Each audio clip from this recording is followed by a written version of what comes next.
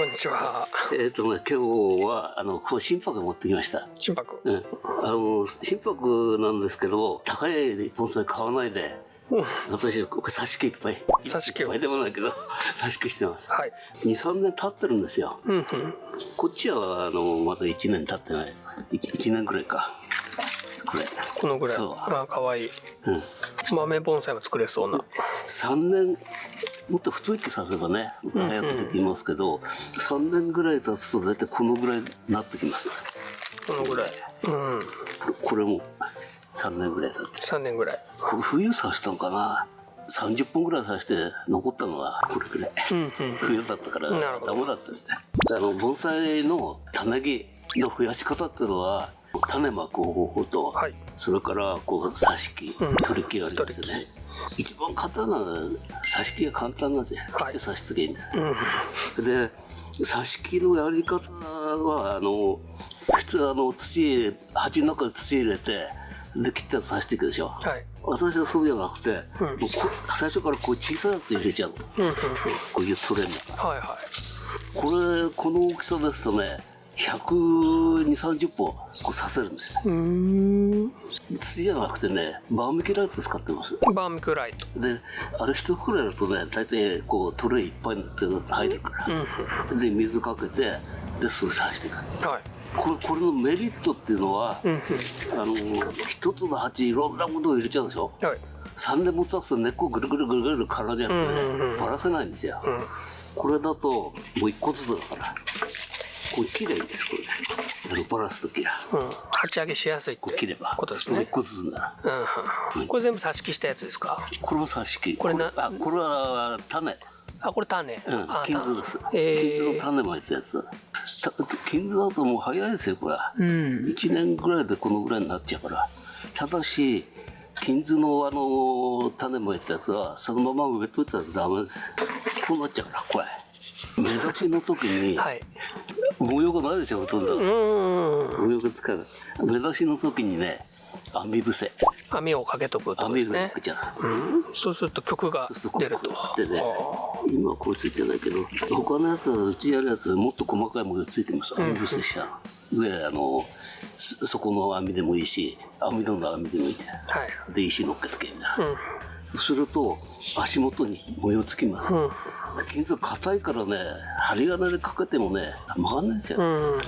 ということで、このやり方はそれでだんだん成長してきますよね。太っては。そうすると一ランクまたこのトレイを上げるときだ。大きくすると。そのままこうやって刺せばいいんだ。で、それがずっと成長してきて、で、これ去年に模様つけたんです。挿し木何年目ぐらいで模様つけたんですか？これ？木はこれ3年以上経ってると思う。3年以上。これより前だと思うんですよ。で、こういうやつをここまで模様つける。なるほど。そうすると、まず足元の一曲、立ち上がりの曲って言いますからね。それがないと、立ち上がりの間延びした木になってしまう。で、今回やるのはこれちょっとやってみたいと思うんですけどね、まず足元に模様をつける。こういう木はもう枯れてもともとっていうのはね、10本のうちね2本も残ればいいかなっていう。だからこれを強い模様をつけていける。なるほど。これ心拍ですから。要は強い模様をつけるから枯れるリスクが高いと。そういうことですね。枯れるリスクが上がりますけどね。特に足元はね。刺しておくんですよ。そうですね。細いやつだとね、模様つきますからね。なるほど。ちょっと太い木になっちゃうともう小指ぐらいでも曲げるの大変ですから。こういううちだったらいくら細かい模様強い模様足元につけない。それを今回やっていこうと思います。わかりました。で、これの強い曲をやってって、2割残ったやつがこの2つ。そうこれまだありますけどね、最初ねこういうやつで挿し木したんですよ。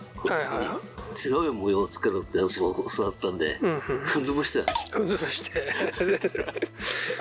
残んないですよ。でもこれは生き残ったものたち。これとかだからすごい曲とね、シャリが。これはこの太さで太らせないでこれだけ持ち込んでますからね。そうですね。先生細い木が好きですからね。これ何年ぐらいですか、挿し木。これはもう2、30年経ってますよ。2、30年。入った頃挿し木したんですから、こうざるにいっぱい。で逆に2、30年経ってこのだけ細いっていうのがすごいですね。で木だって木質だってこれかなり硬いですからね。畑で太らせた木っていうのは白田が多くてね、はい、ブカブカしてるんですよ。そして年数経つとだんだんこう溶けていっちゃうんでね、これだと鉢の中で棚の隅っこに置いてあったからたまに出てきてねたまに出てくるんだ。なるほど。だからこういう小さいうちに上をつけた方がいいんです。で太さだってそんな変わんないでしょこれ。そうですね。こんなにこの太さでね2、30年だったらね、こんな太くなるやつもありますもんね。こういうもう鉢の中で苦しく育ててというかほったらかしてほったらかしてんだ。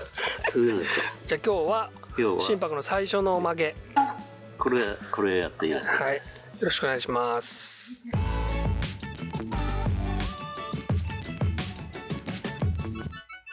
これねちょっと足元見えないんで少し切ります。はい。まずこう土がここですからここまで縁取っちゃいます。はい。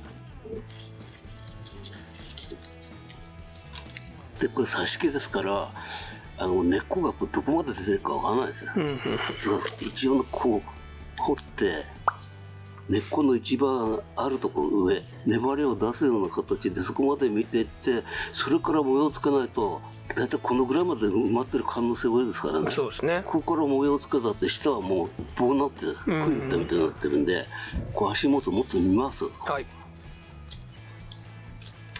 これ挿し木してから一回植え替えしてるってことですよね。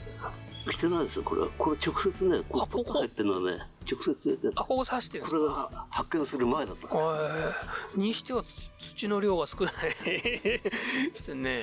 結構浅めですね。心拍とか小学齢は成長が遅いから臓器だったらねもっと早く良くなりますよ。そうですね。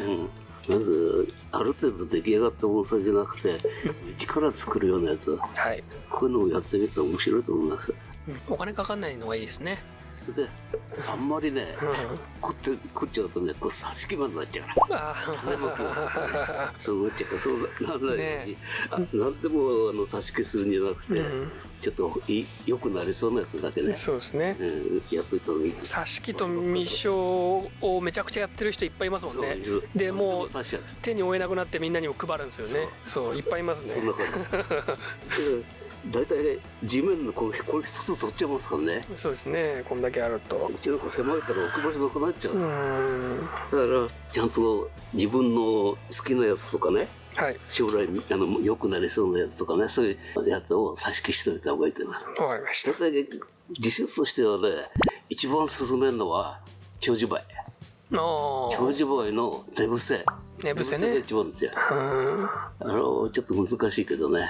いいですよね寝伏せは。寝伏せとそれから挿し木長寿梅、それからこういう小白麗、あとはね一番簡単なのは石灰ヒノキ。あれはほとんど 100% つくからね。それがね先生最近つかないんですって。つかない？気候で夏が暑すぎるからか分かんないけど、みんな失敗してるって最近。石灰ヒノキうちのついてました？ついてね。なんかね結構そういう話聞きますよ最近。それとねちょっと今思い出したんだけど、ヒノキね普通のあれ塩害に弱いんだよ。ああそうなんですか。台風の後ね寄せのヒノキがあったんだけど、潮の雨か、あれが当たっちゃってもう残ったのが4本ぐらい。なるほど。みんな枯れちゃった。もう一つねなんか時々思い出してくるんですよ。美男カズラ。あれの種まいてて、5年も経つと立派な木になるから。種で。おすすめのってことですね。おすすめ？美男カズラ。美男カズラ。おすすめ。はい。ちょっと話それました。話それましたけど。こっち行く。お願いします。はい。じゃあこれにね針金かけてきます。はい。足元をこう粘りのギリギリまで出してるんで、ここから模様を作れるような形。はい。で今回銅線これ16番かけてきます。はい。これで効かなかったらもう1本入れます。銅線は幹の太さの3分の 1？ 3分の1。3分の1。アルミ線は2分の1。アルミ線は2分の1、はい、でこれ細いかなって感じしますけど、そうですね。細かい模様をつけるんだったらね、1回巻いて間にもう1回入れていけばいいと思います。なるほど。でね、これポットなんで、刺しても固定できないんですよ、視線が。はいはい。こう刺しても、そこは下に抜いてこっち折り返してもいいです。私はね、こうにするでしょ。はい。片方長く出すんですよ。そしてこれ巻いていく。刺さない。でできるだけ枝の下かけて、次の針金入るとき下に行けばスムーズに次から次入ってくる。なるほど。これもし上にかけたら上っていかないとダメです。この下入れてきますから、はい、枝分かれ。枝の下ですね、針金が入るように。それは針金が交差しないためですよね。そう、見栄えが悪くなると。これ木が細いからアルミ線かけてもう針金だらけになっちゃってね、そうですね。これね銅線の方がいいと思います。今高いけど高いまあね、しつけなんでね。そう人に見せるわけじゃないからアルミ線でもいいと思います。でここ今こう入れてますね。はい。これ出してこれをもう45度じゃなくていいからこのまま巻いちゃうんです。ここに残ったやつをぐるっと巻いちゃうんだ。下で1回転ぐらい巻いちゃう。そうするともうこの下はもう関係ないですからこの先で曲げることができるんです。それで効くんですね。そう。へえ。これもう一本入れよう。もう一本。これはアルミ線かかってるね。これアルミか。でも足元しかかけてない。これはあれですね、下から入れて。そうこれでこの刺しただけじゃもう固定できないの。だからもうここはしょうがないから。なるほど。ここでこう締めてるだけ。このやり方が一番いいと思うな。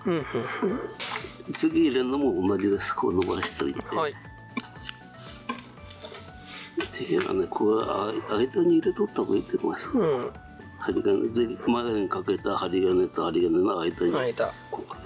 普通は針金沿わせるじゃないですか。だからここにしとくともう支えるところ、背中の部分がこう2箇所できてくるから、こうピッチが狭くなってくる。ここにしておいた方がいいです。最初はこの方が巻きやすい。はい。ということです。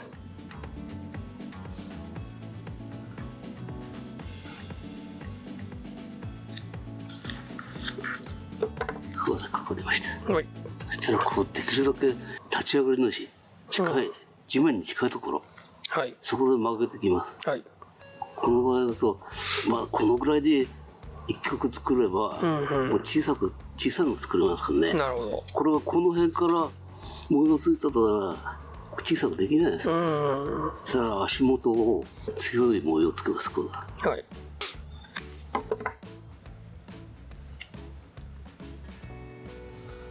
こちらの場合ね、ラファイア巻かないでやった方が、割れたところとかそういうの見えるんで、このままやっちゃっていいと思いますよ。なるほど。こう割れたら止めればいいんですか。それ以上曲げない。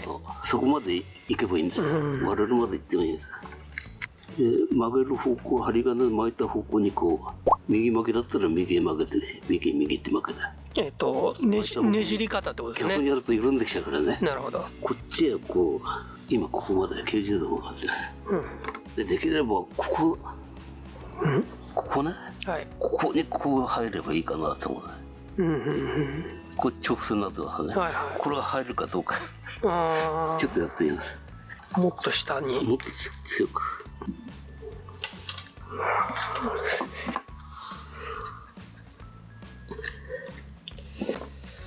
少しついたら持ってきましょう。こうやってね、二重に巻いておくとね、針金の上からこう掴みますから、こうピッチでできるだけ狭く巻いていった方がいいと思います。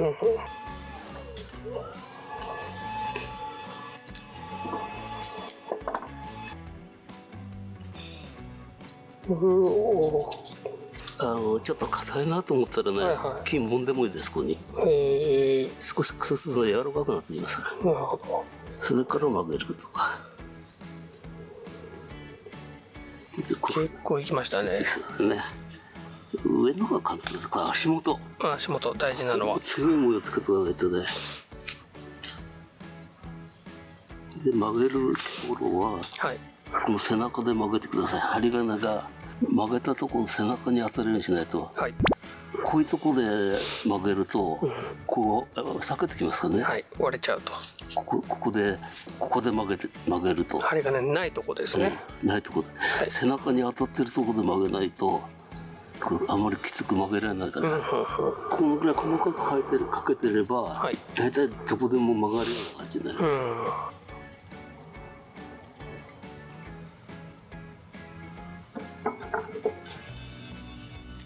どういう風に曲げるとかは考えて曲げてんですか？こういう風に曲げるこういう風に曲げる。なんかほら、あんま単調だと良くないとか言うじゃないですか。そう S 字ダメです。S 字はダメ。それとね、できればね、こう見た時にね、この空間がこう丸にならないようにした方がいいです。曲線が大体こうガーッと潰してくるとどっか丸ができちゃうんですよ、それができないようにできないように今こうなっちゃってるから、はい、なってますね。ちょっと難しいかな。いやだけどちょっと難易度高いですよね。丸っつうのは閉鎖空間が閉まっちゃってるからね、なるほど。だからカクカクって曲がっていく方がいい。そうで厳しいところ一箇所でも作ってください。心拍なんですね。臓器と違うんで、どっかの厳しいところにやるってここって、そうですね、そういうの作ってください。でそこが見どころになるんですね、木の。ちょっとこれが丸になってるとこ半分までいって大丈夫ですからこれ。割れてもね。はい。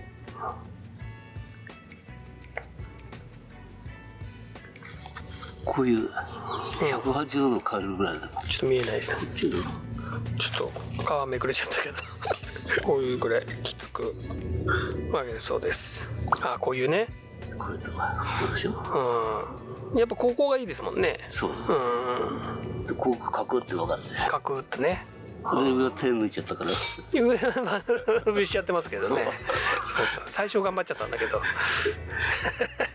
こういうきつくやって、厳しいカクって曲がるとこ、こう R じゃなくて、への字もっときつく。そうで結局そういう木がいいんだけど、そういう仕事をしていくと枯れるリスクもあるよってことですね。だから冬だとね、結構持つと思う。であと気をつけるのは夏ですよね。それで今こう傷つきました。そうですね、傷ついちゃった。このぐらいで大丈夫ですから、半分残ってるんですよ、顔が。そしたらこれは将来ね、ここからシャリ付けができますから。なるほど。こう切り口、これからずっと辿っていけるんですよ。それとこれでね、葉っぱを整理すればね、一応小さい鉢で見える。確かにそうですね。先端もかけていけば、枝はねこのままでいいでしょ。でやってる時ね、土が落ちちゃいます。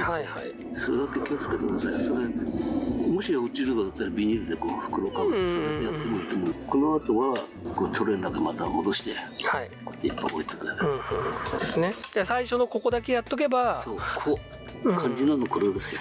この後はどうにでもできるってことですよね。もうこんだけ足元に模様ついてれば、この大きさよりもっと小さくできますもん。またもっと曲げれるってことですよね。もっとこう一回跡ついてると。でここをねもうちょっとこうくつくつ見ると90度以下の方がいいと思う。90度だとこう腰掛けになっちゃうから。なるほど。これよりもうちょっと絞っといた方がいいと思います。であと道具はこうやっとこと、あとプライヤー、水道レンチとか、あれもいいですよ。こう幅変える。よくね畳み込みとかやるときは使ってましたけど。でこれは春に挿し木したものはまだ早いですか、やるのは。根っこの状態だね。春だとまだ土がこう根っこに馴染んだんでポロポロポロ落ちちゃうと思うんだ。だから落ちる防止するためになんか巻いとくとかできないことはないと。だって細い時に曲げといた方が楽は楽ですよね。枯れる心配はないですよね。こういう模様つかないもん。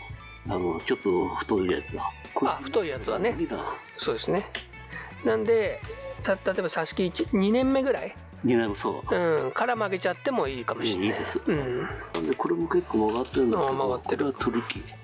あ、これ鳥木なんですか？これ鳥木ですね。ちょっとこう甘いんですよね、これはね。こう角っていうのができてない。でもこんだけ曲がってたら多分絞れますよね、ギューッと。これ絞れる。まあ90度よりねちょっと来てれば、これジャッキかなんかで絞っていける。ジャッキ、それこそプライヤーみたいなのでもいいし。90度だとジャッキかかんないから。あ、そうですか。こう来てれば。ああ、そうですね。でもね、こういう挿し木もねいっぱい作っておいて挿して、でちょっと暇な時期にね、今なんか雑木なんか葉っぱみんな落ちてやることないんですから、それこういうやつで細かいきつい模様つけとくときっとね将来良くなりますよ。いい気になりますね。枯れるのも覚悟ですよ。枯れるのも覚悟。枝一本あればいいですからね。そうですね。枝一本あれば作り変えられる。枯れるまでぐらいギリギリの仕事やってないとね、心拍ラストってね厳しいところにあるわけですからね。だから本当プロの人とか、プロの盆栽師の人とかでも結構厳しい仕事して枯らすって話も聞きますからね。あるからね。やっぱいいものを作るには厳しい仕事。そう、厳しい仕事。心拍は厳しい仕事やるんですよ。で角度は角って、そういうの一箇所でもいいから作っとかないです。わかりました。そのためにはこういう足元に模様をつけて小さく作れるようにとか、大きくも作れるところだったら。ということでね、今回自分で挿し木した心拍、どういう最初のしつけをするか、これをやってみました。ありがとうございます。以上。続いては、これはね、姫妄想地区って。姫妄想地区。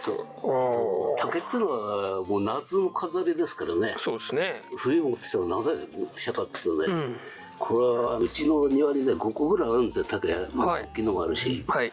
竹っていうのはね、竹の秋って。竹の秋。竹の秋ってね、春に葉っぱが紅葉して落ちるんですよ。で今は秋じゃないですよ。竹の秋じゃないんですよ。冬は葉っぱ落ちないです。でこれ棚見てたらね、なんかいっぱい竹の葉っぱが落ちてる。で少し掃除してそのまま置いてたんですよ。でまたこう見たらなんかこう酒こうケバケバケバってこんな感じ。こんなのがいっぱいついてる。これなんだろう、ここ？そうなんですかね。これがね、竹の花なんです。これは花なんですね。花が咲いてる。竹の花っていうのはだいたい60年か120年に1回。そしてこれ花が咲くと竹が枯れてしまいます。でね、竹っていうのはね、こういう花が咲くっていうのはあんまりいいことわざはないんですね。災害が起きるとかそういうの。今の時代はそんなことないと思います。だからなぜそういう言われがあるかっていうと、情報が発達してない時代はこれ咲いたらなんか災害が起きて地震が起きたから、そういうのがことわざとしてちょっと残ってます。私もねこれと2回見てるんですよ。花。何十年か前にね、笹の下草作ってたことがあるんですよ。それにもこう出てた。笹に花が咲いたってこと？でこう見ますとね、これ花なんですけどね、こう垂れ下がってる。これなんかおしべ。おしべ？これがもうだいぶ経ってるけどね、もう枯れてきてるけど、これおしべなんだよ。そうなんです。でこれが花を割るとこれが竹が全部枯れるっていう、そういうことを言われてるんですけど、私は見たことないんでね、これからこの竹をどういうふうに見ていくかっていう。じゃあこれ枯れてくる。枯れるの？これも全部咲いてますよ。この辺もそうですよね。落ちてるから枯れてきちゃう。いっぱい花咲いてるんですよ、これ。でこれじゃなくてね、他にもね黒竹があるんですけどね、それも咲いてんの？そう、花咲いてる。なんか悪いことが起こりそうで怖いですね。だからね、竹やぶあるでしょ、あの辺も枯れてるのが出てきてるみたい。こう一斉に来るみたいです。で明日ね、大宮公園に氷川神社行ってきてね、その辺に竹やぶあるんで、ちょっと見てこようかなと。なるほど。花が咲いてるかどうか。床町やです。なんかね昨日地震あったから怖いですね。そう昨日の後地震あったねえ地震あったからなんか災害が起きるんじゃないかって、そういうことわざですよそれ。今信じる人いないと思いますけどね。なるほど。知ってる人が竹の話されてやばいじゃないだって、そういう人いますよ。なるほど。この後どうなるかいろいろ調べるとね、この根っこは根淵近くへ、それは残っててまた新しいのが出てくるっていう説もあるともありますね。それ私見たことないんでこのまま少し置いておく。そしてもう一個のやつは花みんな取っちゃって、でどうなるかって実験ですね。見ていきたいなと思って、じゃあまた結果が分かったら教えてもらえるということで結果が分かったらまた動画で教えてください。結果分かったね、まあ春ぐらいには出るでしょ、これが全部枯れるかどうか。なるほど。で花を取っちゃったやつどうなるか、それ見ていきたいと思いますね。分かりました。姫妄想地区、これともう一個しか2つしかないんですよ。枯れなければいいなと思ってるんですけどね、買いに行かないと。じゃあ以上ではい、ありがとうございます。あと状況を見てきます。はい。